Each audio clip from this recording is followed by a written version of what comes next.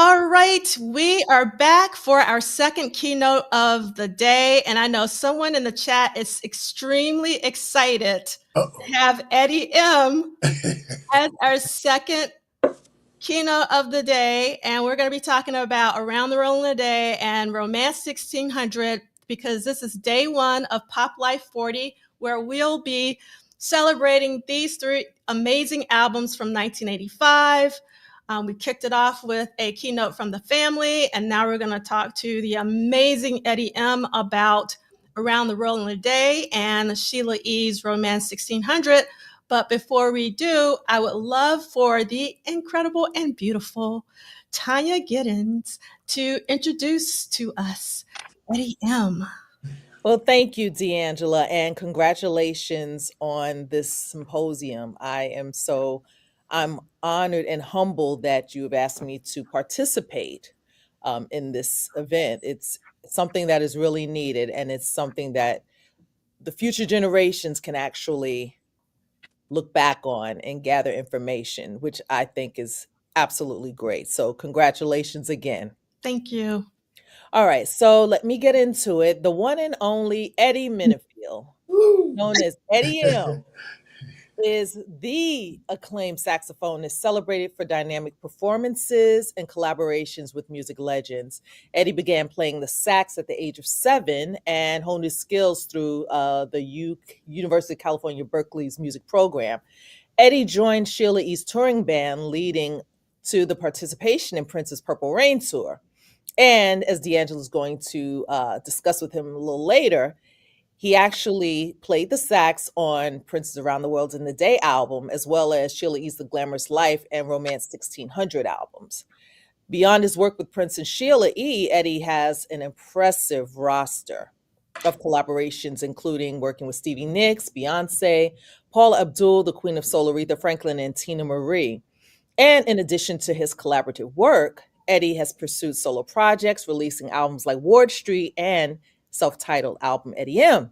And he is also the co-founder of the duo Back to Basics. And if you have not heard a track called Midnight Blue, if I'm not mistaken, Manhattan Blue. Manhattan Blue. Of course, I'm from Brooklyn. I should know that. He's collaborated with drummer John Paris of Earth, Wind and Fire, further showcasing his musical range.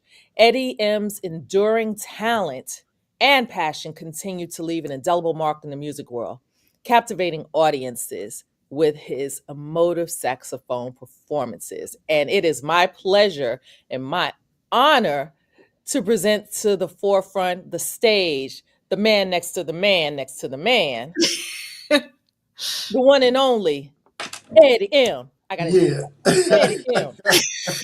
Eddie M. Eddie M. If you know, you know. That's great. Can you go around everywhere?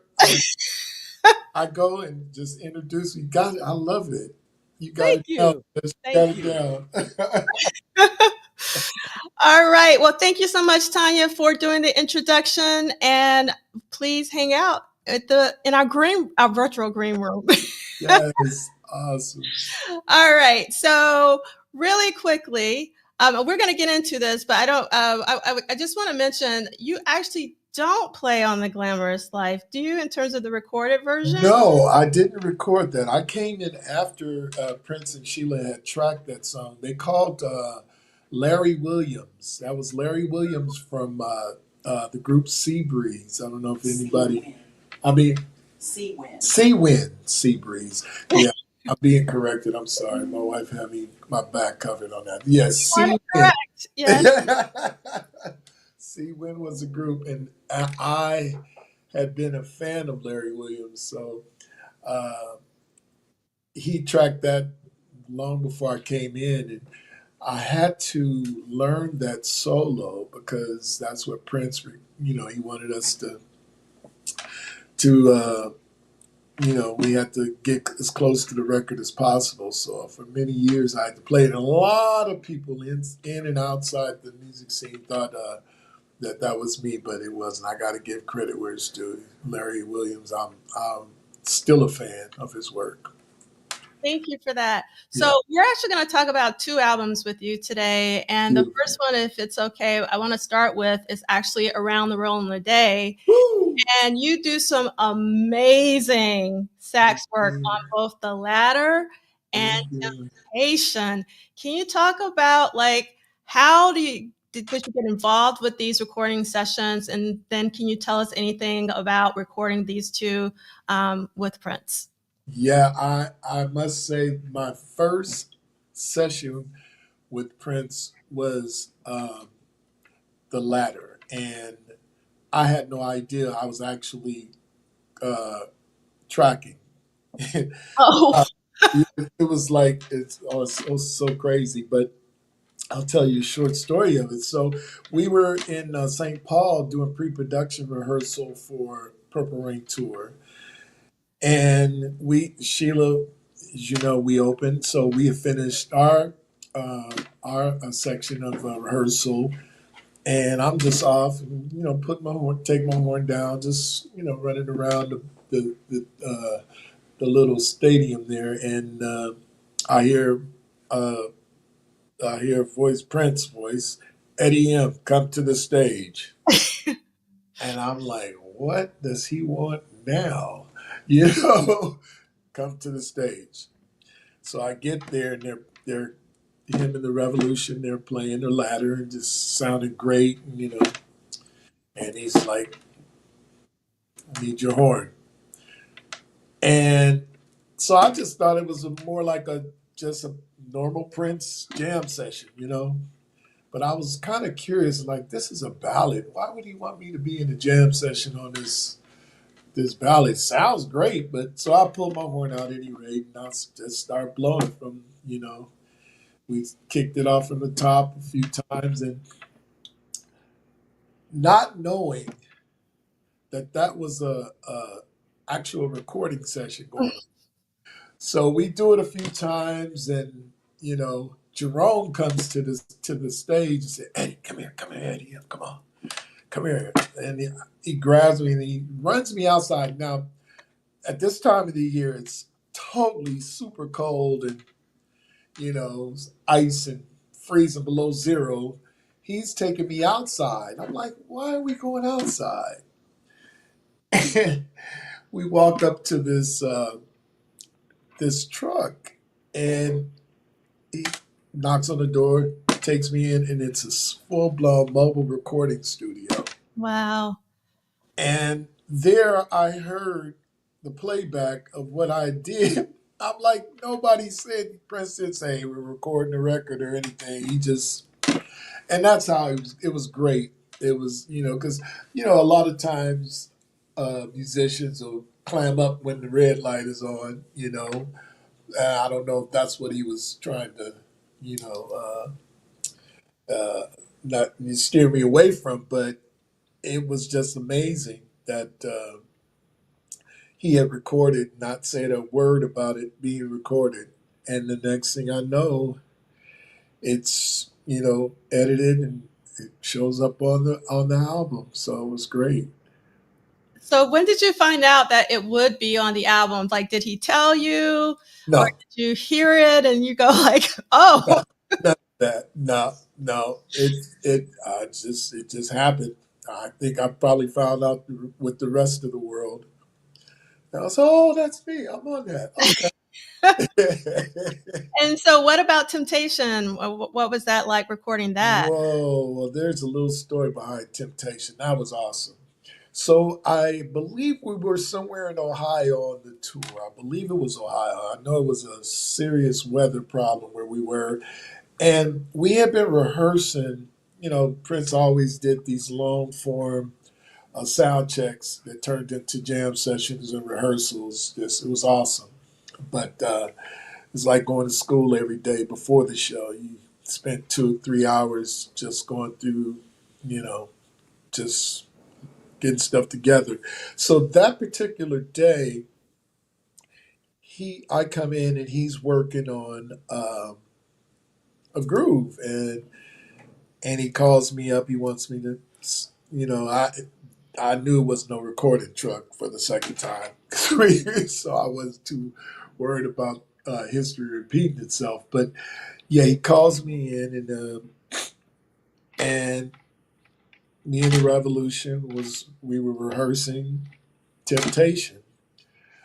And we went through probably an hour or so, a little bit more of just running the song and going through it and so on. And after sound check, Alan Lee comes up to me after sound check. Now I'm getting ready to go backstage and get dressed and prepare myself for Sheila's show. And he said, "Hey, we're leaving tonight. We're going to LA. So pack your bags. We're going to LA." Like, going to LA for what? You know? And still not a whole lot of words, like the game plan. But at any rate, you just learn back then, you go along with it, just hey, shake your head and make it happen. So we end up flying out of, I believe, Ohio, and we flew into LA because we had a few days off. And we had a break in the tour. I think we had 3 days or something, 2 or 3 days off, and we land and we end up at the Jacksons' final night of the Victory tour. Mm. And it was me, Jerome, Sheila, Chick, Prince, and I think that was all who was on that little chartered flight. And we jumped in the car. We end up at I believe it was Dodger Stadium then. I'm not real. I can't. Yeah, but it was the last night of the Victory tour. So we're sitting there. I'm, me and Jerome just like, like, I had never seen the Jacksons, So then it was that tour. It was like, oh. So we're fanning out, And so we get there and go through the whole show and loved every bit of it. And at the end of the night, there was Prince like, let's go. And before they were finished, of course, he was like, let's go. So we all followed Chick to the limo, which is parked in the back of the stage. And I recall uh, somebody coming up saying they wanted Prince to come backstage and to talk to the Jacksons and hanging out or whatever. And it was like a big no. So we took off. We left. How did he actually react to the actual show? Did he say anything about it, or did he not say anything about it? We're going way back, but I think he quite enjoyed the show as well. I remember him and Chick making a pretty big scene. They ended up walking down the aisle, I think, right before the show started, and everybody was fanning out. Everybody was like the crowd, just to see Prince and Chick walk down the Jackson's road. Prince was huge at that point, so he didn't have to jump on the stage and say a note. They just kind of everybody. It was a big scene. It was great. But he really, as I've even learned later on in life, that he really, really admired Michael Jackson and the Jackson family's work, as we all did. We grew up on that. So, but I thought he he definitely didn't wave at it like it was a horrible experience. I think we all were just excited and fanning out about it, but it was great. It was great. Then we leave, takes us all to the hotels, and he heads to the studio as he normally did anytime, even on the road. He never slept. So he goes to the studio, and message was, I'll call you. So just hang tight. Westwood Marquee. I never forget it. And so I'm thinking he may call me in the middle of the night, or something crazy. So next morning, I get the call. A car is picking you up. Come on down. And so Capitol Records, my first time actually being in that historic studio was just amazing. Just, all the greats recorded. And there was Temptation playing. I'm like, wow, I thought we were going to do this with the Revolution. So I'm wondering what the heck is going on. He had decided he wanted to do all the parts himself,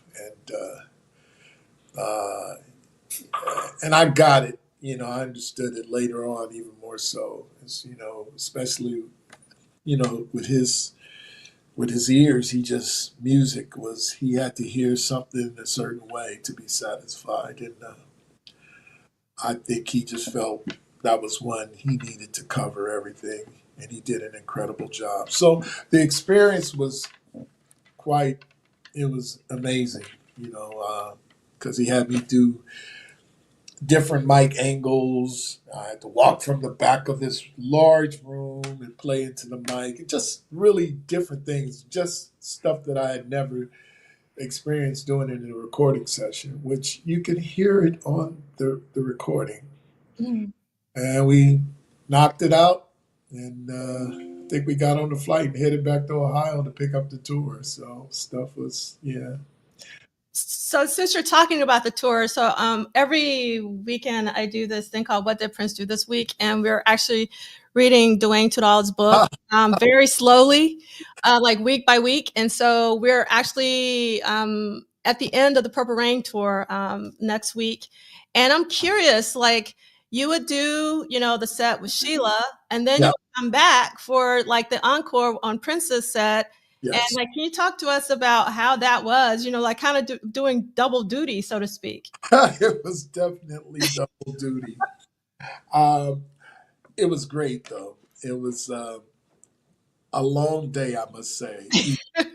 Each concert was because people didn't realize after we did the long sound check and then go and do the show, maybe have a bite to eat, and then he wanted to sit and review the show.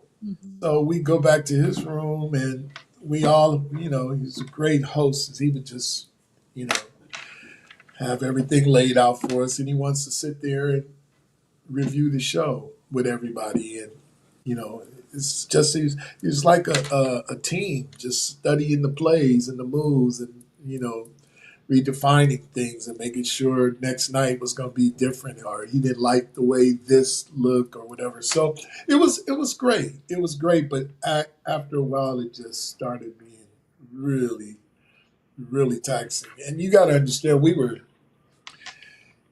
young, we were kids, we were 20 years old. So we wanted to go out and see the after effects of the show. It was after parties all over every town so we were like, man, we don't want to sit in the room. we want to go to this after party downtown. So we started sneaking away as much as we could to avoid all of, but it was very long days. Very long days, I must say. And the tour itself was very long. I mean, you guys did a lot of shows. A lot of shows. We do 6 and 7 nights in each town and take off and just, reset up. And I tell you, we had the hardest working crew I ever seen. These guys never slept. It was pretty brutal, and it was slated to go actually even longer than it did. It was supposed to go. I think we were supposed to go overseas as well with it. It was slated like supposed to been, I think at the time it was saying like a year to a year and a half, but it was too taxing on everybody, and plus it started getting a little crazy with people. I won't say much, but people started acting out a little bit. So no, I understand. I actually want you're kind of hinting to this. Someone asked in the chat, what was Prince's attitude like that last show in Miami? Susan Rogers said he was very over the tour by then and wanted it over. Yeah. yeah, absolutely. He was done, and people was kind of doing him in business wise, and he was done. I'll never forget because he went to we played the Cow Palace in my hometown area, and that's when we got the announcement. It's like the tour is going to end, blah blah blah. This like everybody was a bit rattled by it, but he was done. Yeah. Susan's right. He was ready to go to the next thing, and he's all those records we were tracking the upcoming records just around the world, and Sheila it's Romance 1600 and amongst other albums he was working on, we were tracking that while we were out there on Purple Rain. So Yeah, it's crazy. We're reading about that in Dwayne's book. yeah. I want to switch a little bit and talk about the America video, which is one of my favorite videos that has ever been recorded by Prince. And it's because, it's obviously live. It was recorded in France. Absolutely. And it was just amazing for me personally because I loved your playing and I love Eric's playing. Thank you. To see you both, on the same stage. And I was curious, like, how did you negotiate, like, who is going to do what, when? And can you talk a little bit about filming this? That was the most amazing live opportunity that I had ever experienced. One, we're making this incredible sound in Nice, France, and that was just one of in itself. And but yeah, in rehearsal, as always, Prince would holler at Eric or myself, and I need a line here, play, put something here, and Eric just started playing that incredible line. I'm like, are you crazy? I'm not. I don't know how to. I can't even think what you're playing. It's like, but and then to top it off, he's like, we're gonna put a harmony to it. I'm like, I don't even understand what you're playing because the line, the timing factor of it was a little different. And your first time hearing it, you're like, okay, where's the one here and what? But of course, like I got it now. But anytime the song comes on, it's automatic. I go to it. But yeah, the first time stab at that was an Eric Lee's line, and he killed it. And it was such a big part of the overall production of that song. Was amazing. But going in to film that with this incredible, I mean, the crowd was just amazing. They just, I mean, we could have played anything, and they was just waiting. You can feel the energy of the room before we hit a note. But I recall us being backstage, and Prince kind of huddled us up, and he said, "Hey, I want you guys to go all out. Just don't hold back. Go. Just go. Do whatever. Go all out." And me being a young 20, 21-year-old guy, I'm like, okay, we got the green light to just do anything. So, um, if you look at the video, you can see when Eric was soloing, I said no. I'm sitting there shining my horn while he's soloing and tearing it up. Eric is like, and I'm thinking, okay, well, what do I, when it's time for me to solo, what can I do? And Prince calls my name. The only thing I could think was try and dive off the platform. I had watched him so many nights dive off the speakers, pianos. I'm like, okay, well, I'm just going to dive. I don't know what's going to happen, where I'm going to land, but I'm just going to go for it. It happened. There you go. You can see it. I'm on my knees. And I think Eric is looking like he's maybe rubbing his horn or something. It was great. So we got the green light, so we just all went for it. And that's what you seen out of that performance. And I think it was even Brown Mark, he was it was hilarious because after we shot that, we all go backstage and everybody's breathing like we had ran a marathon. Even Prince, that was kind of rare to see him just, out of breath about, we just all went in. It was real cool, real big fun. That energy really comes through in that video. That's like one of the things I love about that video. You can tell that all of you were like really into it. And it was just coming through. Again, it's like one of the most amazing things I think ever been recorded. Yeah, from the first note, it just went all in. He asked us to, so that's what he got. And you brought it, and I think I read somewhere that you had to do a couple of takes of America. Yes, absolutely. So you imagine just the first take, we was like, So after doing another take, we was even worse condition. But it was the energy level was so high. And I did a lot of performances with Prince. Especially like the award shows and all that, but nothing came close to that energy that was happening in Nice, France. For sure. Sure. It was palpable. It was definitely felt. Yeah. So I want to transition to an album that we're celebrating this weekend, Man 1600. Yes. And you tell us about recording this album, because you're actually on every single song except for Yellow, which I wanted to ask you actually, why weren't you on that song? Because I would expect for you to be on that song. That song, I begged to go home because we were in LA on a break. And it seemed like every time we had a break, I was forbidden to go home. And I was so homesick.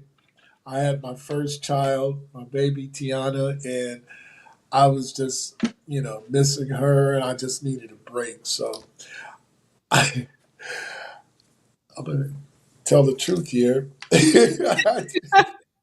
Now that I can talk about it all these years later. I had to fake a real bad toothache. And nobody heard that.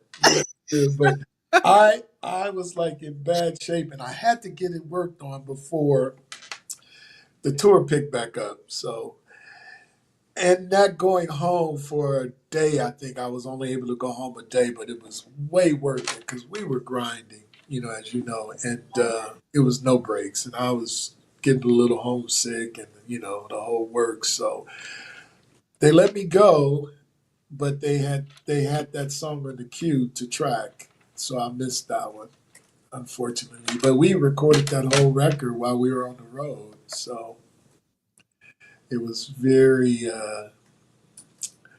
very a cool experience. But as you know, it was no sleep that whole tour. We were either on stage or either in somebody's studio. So always work. And again, he was tracking his record at the same time. Mm. Yeah. So another one of my most favorite, I'm trying to get the split screen so you can see it, is this. Oh, 1600 live. Yes. Talk to us about this. Do you remember? Oh boy, yeah, I'll never forget. That was, because I'm from the Bay Area, born and raised in Berkeley, California. So San Francisco, to play in the city in that period of time, it was just like, it was incredible for me. So that was actually my last show with Sheila before me and the keyboard player in the group, Cat Gray. That was our last show. So it was kind of bittersweet, It was a very interesting end to what we had, created together. So it was, some magical moments, and it was a lot of fun, but a lot of emotions, Do you specifically remember like being on stage for a Love Bazaar, like when Prince came on stage? I know the deal then we knew it was like, okay, Prince is going to take over.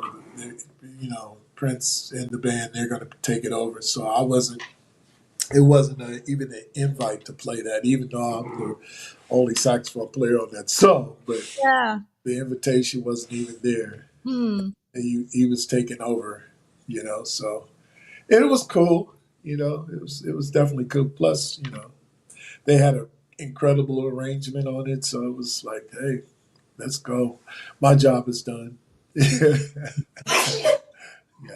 So going back to the Romance 1600 album, we see you here over to the left. Yeah. Do you remember anything about this photo shoot? Because I always loved like all of the photographs for this Romance 1600 project. Yeah, it was a great. It was interesting in many ways, but a very very early morning on the set. We were getting hair and makeup at like 4 or 5 a.m. and then the morning, and the day was just gorgeous. I mean, it was a perfect day for that shoot. But back then, it was long hours, and doing shoots where you're like, I can't pose again, oh, I'm over it. Um, the band photo, I was just always like, man, I had to wear the big brim, and it was kind of like, oh, I don't want to wear this brim. We're in a park outside, we always had our little complaints, but it's historic. That was a very historical moment, and that group, I love every one of those folks in that set. We had a lot going on back then, and still to this day, treasure those moments.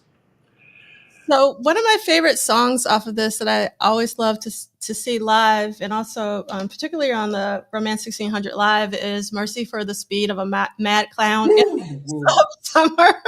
Woo. Yeah, that was the interesting one. Um, yeah, we slowed that track down. That was one of Prince's favorite things to do. So I recorded that at a slow tempo on alto and alto saxophone, and when you put it back to real time, it sounded like I was playing a soprano. But yeah, it was easy to record because I wasn't playing any of that stuff that fast, of course. But yeah, that was a fun thing. We had a blast doing that one. Do you remember recording "Dear Michelangelo"? That's one of my favorites that you play on. That I can't recall what city that was in. I don't know if it was in Cincinnati. I'm not sure. I gotta really recall that one because we did so much, and a lot of stuff we did at Sunset Sound too. Yeah, of course. I'm looking at Prince Vault, and it says it was at in a mobile unit at Houston, Texas. Oh, see, yeah, Yeah.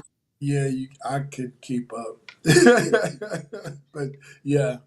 And then, but you actually recorded on a Love Bazaar, and do you remember that? Like, Absolutely, I'll never forget that. That was awesome. can you talk about that? Like, what was that like? Because the song is like, I mean, from the moment I've ever heard it, it was just like scorching hot, and it has never abated. It's just so amazing still. So when you first heard that song, like, how did it resonate with you? Well, me and Jerome often talk about that experience because it was again after a Purple Rain night, and he goes in the studio and he works all night into the next day, and you finally get the call, come down. Jerome had been with them throughout the whole session, and Jerome would, he's like, I would wake up and he was still in there killing it. And like, so when I came in, I remember the next day towards the evening, and he had a few of Sheila band members come in, and they, we all like Miko, Susie Davis, our keyboard player. Um, I believe Carl Palazzo, and majority of the band was there. He wanted everybody to get around the mic and sing the hook. And I don't recall exactly my session. I don't have a memory bank on it. It was fun, funky songs. So I just, the great thing with him, he let you do what you did. He trusted you on his music, which that was very rare for, he didn't like everybody on it, and as we know, he was a genius, and he heard things one way, and he heard whatever's in his head. He wanted that, he let it out. But he trusted people like Eric and myself, and he trusted us to not, really put a blanket on our contribution. And one, because that's the only instrument I know that he didn't play. So, but he trusted us, and even to see all the great stuff that Eric did with them before and after I was there. Eric, Eric, he had called Eric to do a lot of stuff before Purple Rain even took off. But yeah, what a what a time period and what a time to be trusted by someone like him, because he was uh, he was something else. Yeah, one of one. Yeah, yeah, musical genius. I've never been around anybody before and after that had that much music in his brain. I was almost scary at times. Like, does it ever turn off for you? Does it stop? You always just hear music and you got to get it out. I'm like, boy, that has to be kind of scary. But we go to a baseball game, or go bowling or something. Well, he did fun things like that too. But at the end of the day, he probably was still hearing arrangements in his head while he was roller skating. Or going to the movies. I remember the outings. Oh, we're all going bowling tonight. Oh, we're all going to the roller rink tonight. It was great. Good time. There's one question in the chat. If you have any memories of recording Toy Box? Oh my gosh. Yeah, I can't recall where we recorded that. I have more memories of how Sheila designed uh, the the whole sell of it on live when we played live. We had to come out. Your brother Juan came out of the toy box and he was boogalooing, and we had to wear these pajamas every night. That was like, I guess that was more of my lasting memory of that whole song, more so than the actual session. I'm trying to think. You probably know where we recorded that. But yeah, I mean, it depends. Like, so the initial tracking was actually the tracking and overdubs was in Atlanta. Okay, yeah. So it must have been around the same time as Love Bizarre, because we retract stuff at, I believe it was then Cheshire Studios. It was That's that right. was the Larry Blackman cameos, kind of like playground for tracking. They were known for that spot, so that's definitely where I know we tracked Love Bizarre. That was so it was a historical place, for us, to come in and then that song be what it was, and still today, I mean, put that song on, the party is on. It's on. Yeah.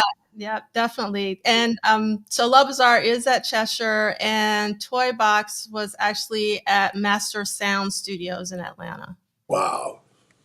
Thank you. 'Cause I'm just looking at princevault.com because I can keep all the dates and the studios in my head. So I can imagine for you, because like you were on tour, and you were like doing Sheila set, then you were doing the encore, then you were recording songs after looking at the video. Like, right.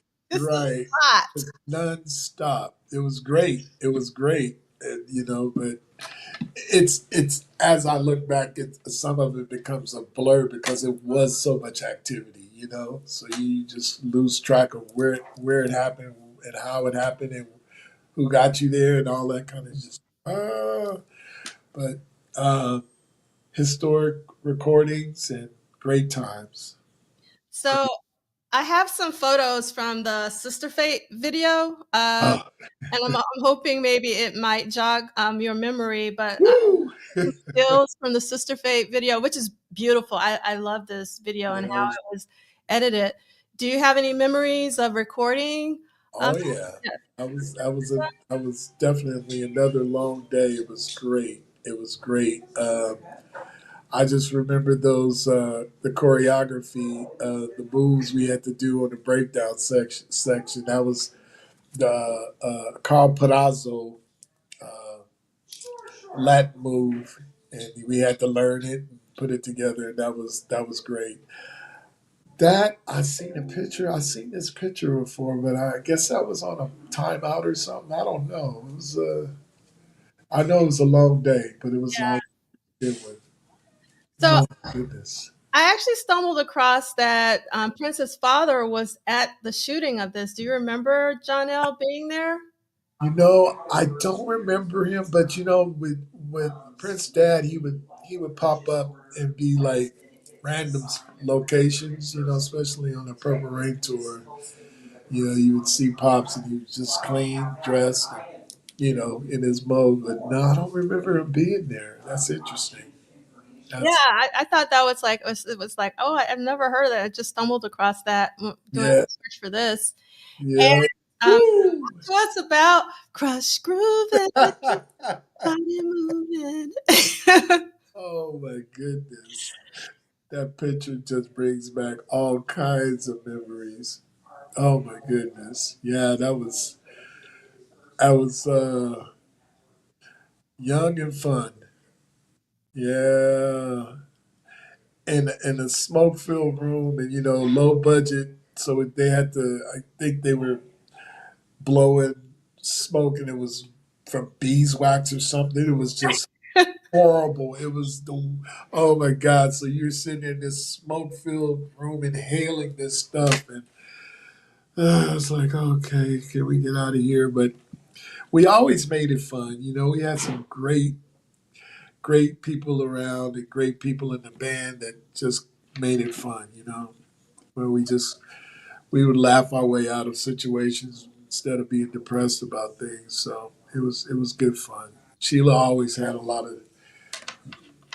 of uplifting moments, you know, so she keep us all on point. But it was a great experience, I tell you. How did you meet Sheila? Like, when did you meet Sheila, or did you hear of Sheila first, or like, how did that happen? Actually, you know, it's so funny because you know, being a local in the Bay Area, she was, you know, her and her dad, Pops Escovedo, was just like local celebrity kind of for us. But I used to have a Sheila E poster on my wall in my bedroom. That's how I was, you know, I was married that woman one day, you know, 'cause you know, I was a fan and through the Bay Area scene, Sheila started to use. She had formed this band and my top 40 band, which we're now doing a reunion show tonight here in Sacramento, California. Oh, wow. Yeah, Awesome. that's what I'm here for.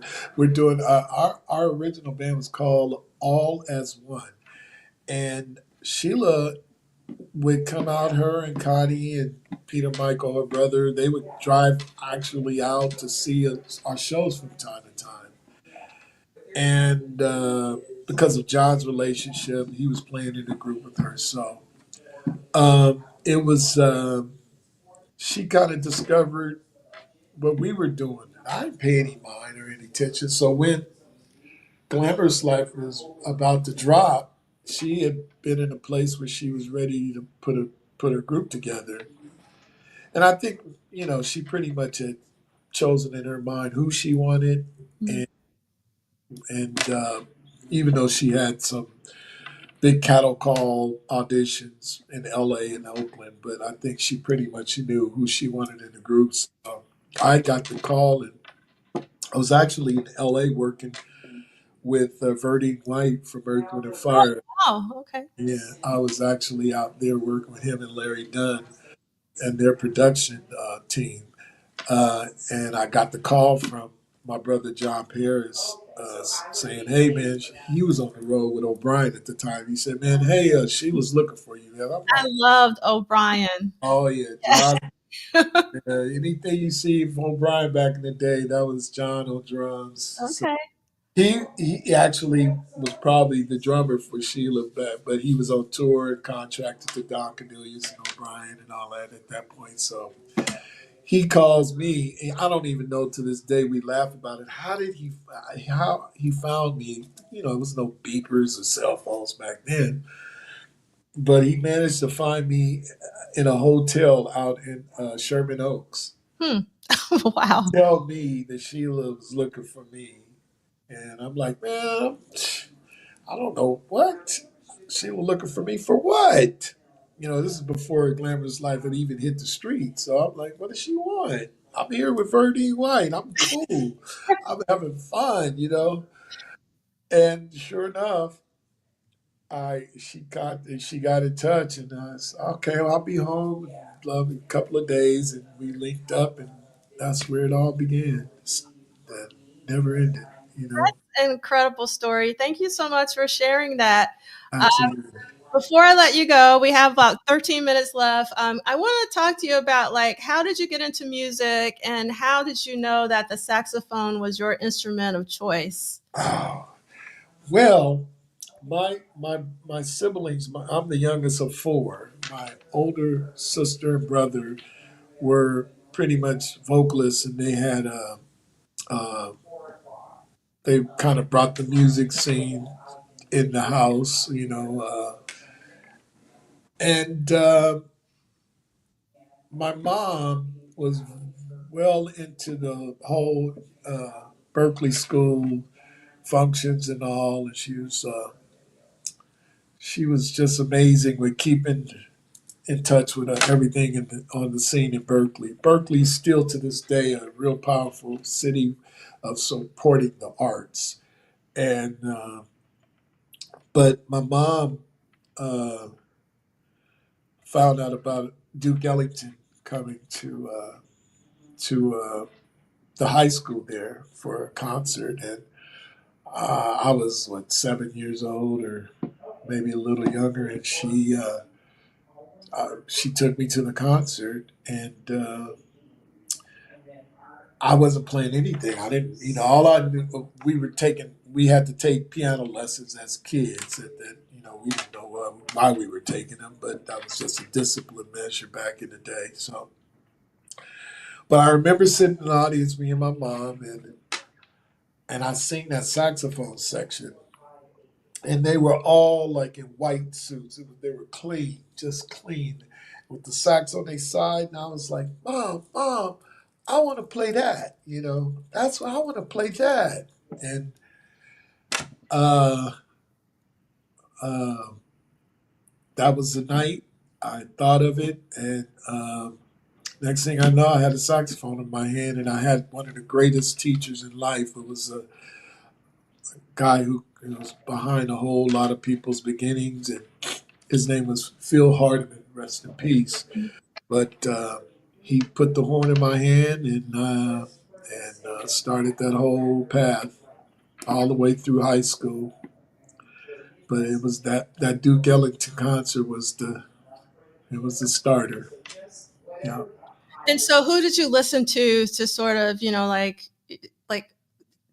to craft your own sound? Like, who are your influences in terms of? Yeah, as players at the young age, I think the first song that I tried to tackle, and I still play it to this day, but I was a Grover Washington fan. Hmm. I missed the magic. I'll never forget. I had, we had the records, so how you had to learn stuff that you liked. You had to sit there and play, push the needle, put the needle, bring it back, and you had to sit there until you learned it. It was nothing what we have today, nothing close. But yeah, that was like one of the first songs that I wanted to play. And again, I actually recorded it, re-recorded it on my first CD, Mr. Magic, Mm. because I just, I just thought Grover was the best. I mean, and he was, you know. But yeah, that was one of my favorites, and you know, going up and playing in all the, because I was basically a jazz band Mm. throughout my elementary school, all through high school. I played in jazz band under the direction of Mr. Phil Hardiman. So your ears wide open. So you know, you start taking in great players like Coltrane and you know Charlie Parker. You know, you start hearing these guys, and you know, you start grabbing little things you wanted to, you know, get the tones and the chops and all that. So I was exposed to a lot of great horn players, but I don't know, R&B kind of was like where I was drawn to. I was attracted to the R&B side. So I started listening to the greats like, you know, Earth, Wind, and Fire. And I wanted to, like, you know, that was me and my guy Johns, which uh, Tanya brought up the group Back to Basic. That is a group that me and my partner John Paris, who is the drummer for Earth, Wind, and Fire, uh, uh, that's the stuff that we were drawn to. We put a group together, which draws us back to why I'm here in Sacramento, called All Is One. And but we wanted to, you know, have that big Earth, Wind, and Fire feel and look and everything. So, but those are my, you know, that Phoenix horn section, all of that stuff. Even the Commodores, Barcades, I was just totally drawn. So it kind of took me away from the jazz side of it Mm-hmm. and took me more into the R&B kind of world.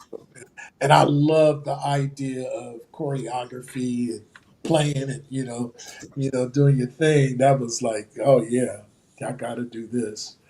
My dad taught me a lesson early on when I was in sixth grade. He would come to the concert. My dad was a country boy from Birmingham, Alabama. I'm from Alabama. Is that right? Yeah, I'm from Utah, Alabama, 2 hours from Birmingham. Oh my! EUTAW. Yep. You probably know some of my cousins. I'm sure. It's Minifield, so you know they're out there. But at any rate, yeah. So he was a country boy. He didn't play. My parents didn't have anything to do with music. They just were music lovers.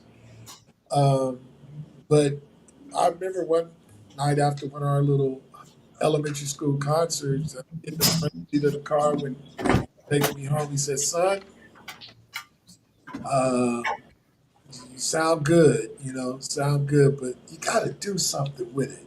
You know, you got to move with it, do something, you know."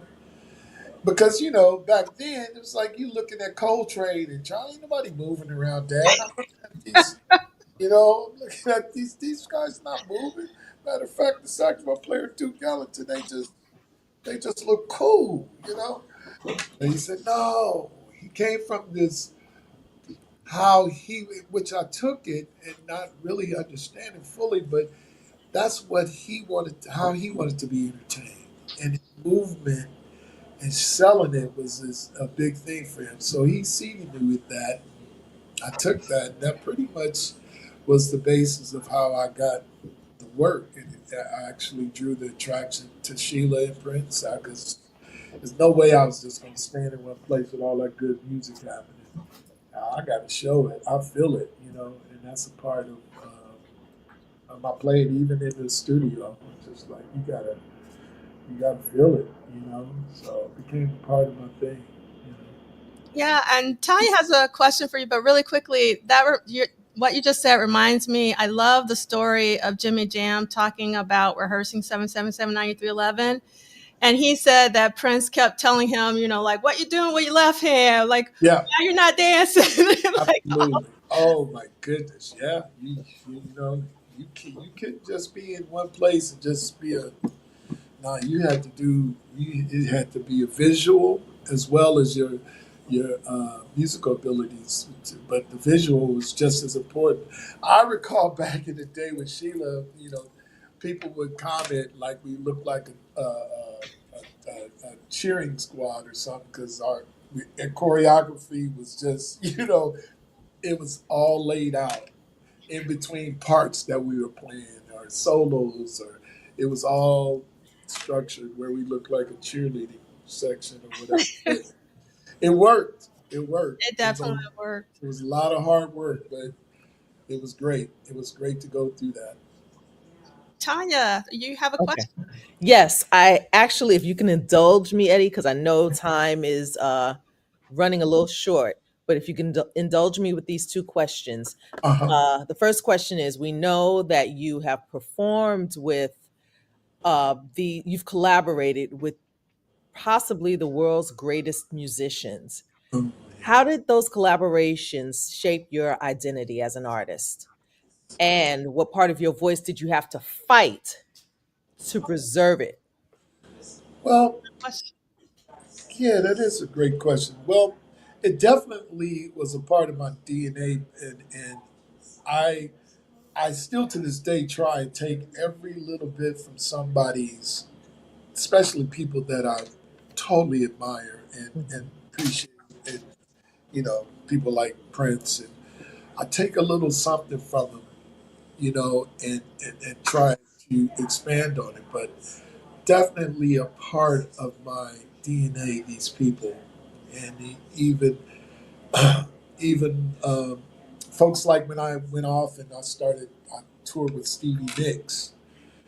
Um, I learned a lot, even though that was a big jump from my R&B world to the big rock and roll world. It was great in so many ways, but I learned so much from being in that surrounding and being in the presence of this greatness, because she's also just a queen. She's amazing. Um, but yeah, just being open instead of just thinking, "Oh, I got this." I took in so many lessons from Prince, and I look back. I even, I listen to these songs will come up because I have a station, of course, in iTunes, and it's the Eddie Minifield station, and it plays like a, all like a lot of my sessions, and I just think, wow. I try to go back and reflect on what state of mind I was in when I was cutting these things and what they would tell me or ask of me, and it's quite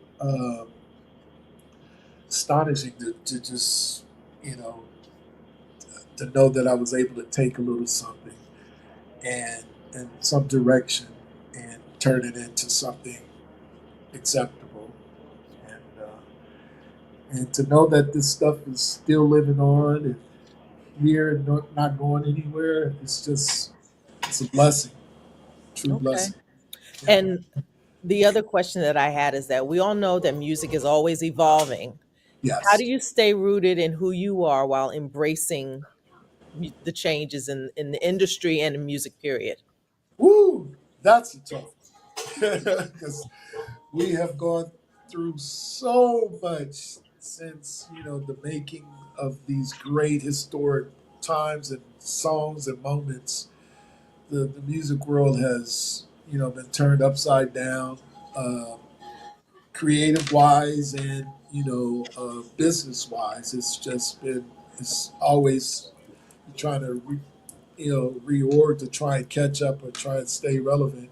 Mhm. Um, it's an ongoing situation to try and be creative in the pulse and the temperature of what's happening out there today. Um, so me and John have found,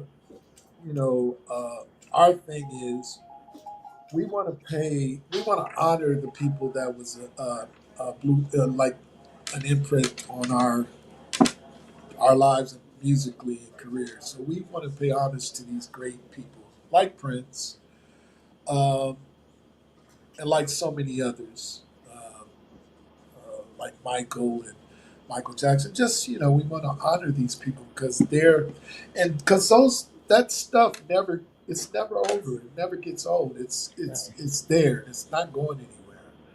So we have been trying to take their thing and try and give another side of it and give our view, our side of it. And it's been you know, quite amazing. And then, uh, just being true to ourselves. We're not trying to, you know, we don't have the Kendrick Lamar tracks, but, you know, we just stay true to what we believe in, what we know, and what we feel we've learned.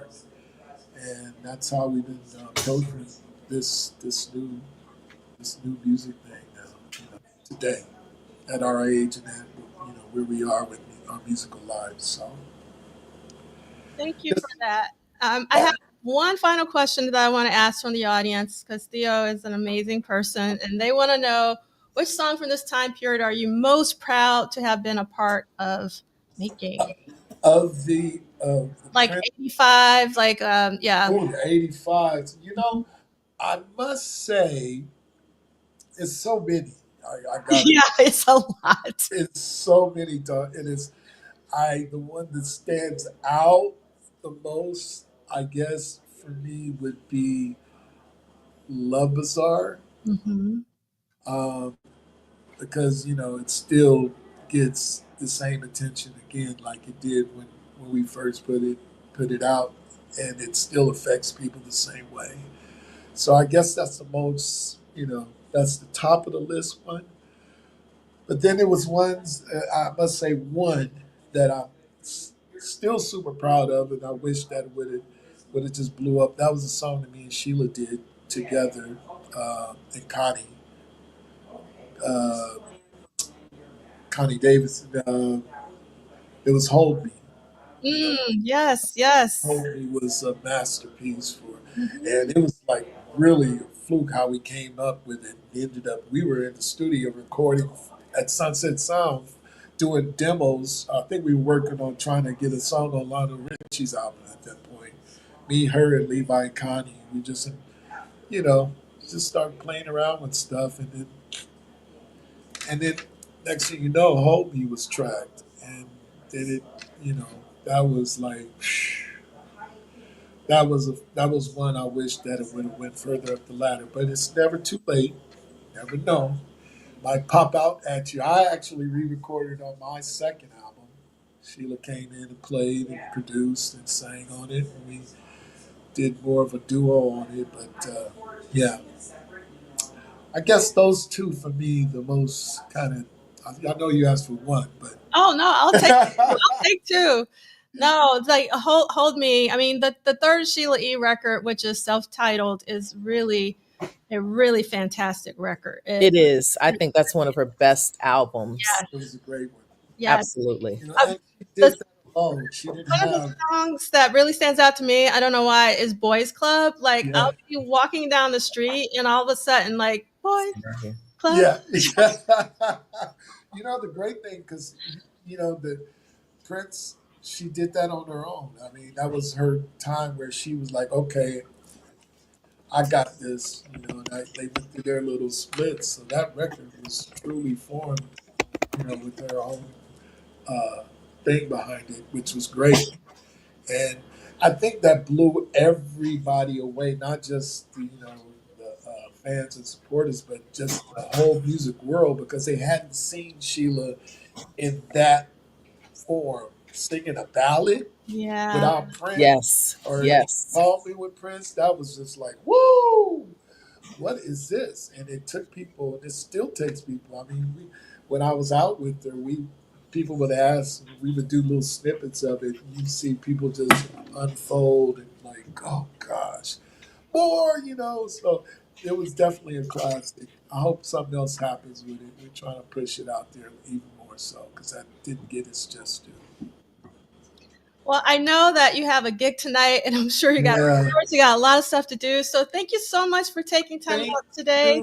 Thank you for having me. Of course. That's applause. Applause. Yeah. Yes, and thank you so much, Tanya, for getting me Eddie. So I couldn't have done it without you, and I really Thank you, D'Angela, for all that you do Absolutely. for the cause. thank Yes. you. Absolutely. Let's keep this live, to keep this music alive, and we need to honor where all this came from. So I'm thankful that you all had me on. And sis, thank you, T. You know I love you. And No, thank you I for got you. everything. Yeah, always, always. Whatever you guys need, hit me up. Thank you so much, and have a wonderful day and an amazing gig tonight. Thank you so much. Absolutely. Keep you posted on it. All right. All right, y'all. And everybody tune in tomorrow for the next presentation, 9:30 a.m. Right, D'Angela? Yes, I'm going to go over that because I got to remember it myself. Oh, and then Eddie, is there anywhere on social media that you want to send people or? So look everything up at this point. You can my Instagram is blow for you, Okay. and that's blow FORYAH on Instagram, and then you can look anything up on backtobasic.com. That's back to basics.com, and you'll find all the new material, everything that's coming out. We have another single dropping in May, top of May, and we're looking forward to it. But please keep us in mind, follow us, and hopefully we'll be in the city here, everyone, soon. Come to New York, Eddie. Yes, you know that's the Come first to New time. York now. You know I gotta come to NY. You know we're there for sure. All Thanks so right. much. I love you guys. You guys take care. Yes. God bless. Bye. Thank you, Tanya. Thank you. All right. So I just want to go over really quickly what's going on tomorrow because I don't have a lot of, I'm really tired putting all this together. And I was like, I don't know what time things are starting. So this is actually our web symposium website, and you can always go to the schedule at a glance. So today was our very special keynote with the brilliant, the one and only Eddie M. That conversation was absolutely amazing. And earlier today, we had a conversation with everyone except for Jerome from the family. And Jerome really wanted to be here, but he couldn't work out his schedule. So I'm really grateful for everyone who came today to talk about these amazing albums that were recorded in 1985, The Family, Sheila E's Romance 1600, as well as Prince's Around the World in a Day. So essentially tomorrow, we are going to get started at 9 a.m. And we are going to not be on YouTube. So if you come here, we're not going to be here. We're going to be on Zoom events. So make sure that you register for Zoom events. If you click on this, it'll take you where you need to go. And then also, if you sign up for the Substack, which is poplife40.substack.com, you will have all of the information that you need. This is our communication hub. I can't post it every single platform on social media, so I'm just having one destination for all of your information. So this is where you find all the information is poplife40.substack.com. And then, so tomorrow is essentially Around the World in a Day. And we're going to start off with some presentations in the morning. Then we're going to have a integrated segment of What Did Prince Do This Week on Zoom events, not on YouTube. So if you're a normal What Did Prince Do This Week person, don't go to YouTube. We're going to be on Zoom events, and we're going to have Dwayne join us. So I'm super excited about that. And then we're going to have a lunch break. And then after that, we're going to have a roundtable about Around the World in a Day with the 4U crew plus one music snob. And then we're also going to have more presentations. And I'm really looking forward to all of the presentations. I've already seen some of them and they're amazing. So can't wait for that. And then we're going to have a Uber presentation from the one and only Arthur Turnbull. So you definitely don't want to miss that, moderated by Chris Aguilar Garcia. And I apologize, I'm not saying everybody's name just because I still got a lot to do between now and tomorrow. And on Sunday, it's going to be our Romance 1600 and Family Day on Sunday. So if you didn't wear your pajamas today, you can still wear your pajamas on Sunday if you'd like. And if you do, make sure you use the hashtag PopLife40 because I would love to see your PJs. And Tanya will come back and moderate the Romance 1600 Roundtable with some incredible people. Then we're going to have some Romance 1600 presentations. Then we're going to do a lunch break, and then we're going to have a family roundtable, which I'm extremely looking forward to. And then we're also going to have more family presentations. So at the end of every day, we're going to have like a collective session where you can join in and reflect on the day. We're not doing that today, but we will be doing this on Saturday and Sunday.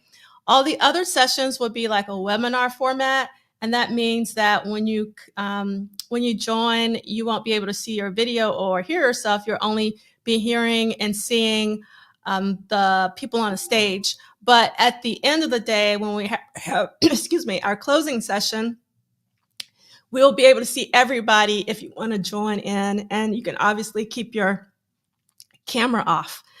So thank you so much for showing up for the family this morning or this afternoon, depending on where you are in the world. It might be a different time period. Thank you so much for showing up for the family, and thank you so much for showing up for Eddie M. I really do appreciate it.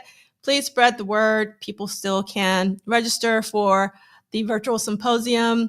It's really, Prince is really important, and I think it's important that we continue to celebrate all of his music. And while I have you here, I just want to take a moment to really give thanks to our sponsors really quickly. And our sponsors continue to be NYU, Office of the Provost, as well as NYU Tandon, which is my academic home, Tandon School of Engineering, as well as IDM, which is my academic major, which is Integrated Design and Media.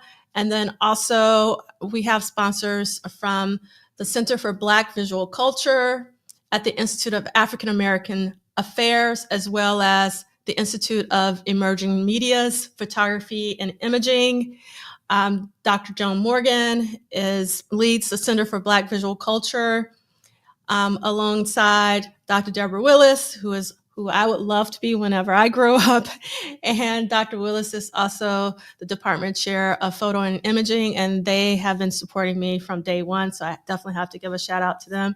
And then we also have a sponsor, an NYU Center for the Study of Gender and Sexuality.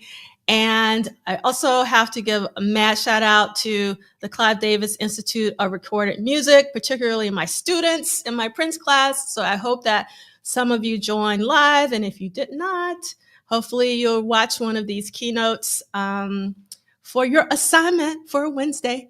And then we also have to give thanks to NYU's Global Inclusion, Office of Global Inclusion, OGI, as well as, last but definitely not least, NYU's Liberal Studies and Arts and Science. So I could not do it without the support of NYU. And because this is free, I think, I hope that you will consider donating to DIVAS, which is an acronym for Digital Interactive Visual Arts Sciences, which is a nonprofit by my dear friend, Clarissa James, who started this in New York, but now there's a satellite Divas in Minneapolis because Clarissa is a Prince fan. So we definitely want to help, with this amazing organization. I highly recommend that you watch the trailer to see how Clarissa's work is really impacting the youth. And as you know, it's all about the youth. So I hope that we'll see you tomorrow at 9 a.m. sharp, when we'll start off with the welcome. And then again, we will be on Zoom events. We will not be on YouTube. We only did the keynotes on YouTube. So have a great day, and I'll see you tomorrow morning, bright and early, if you're on the East Coast.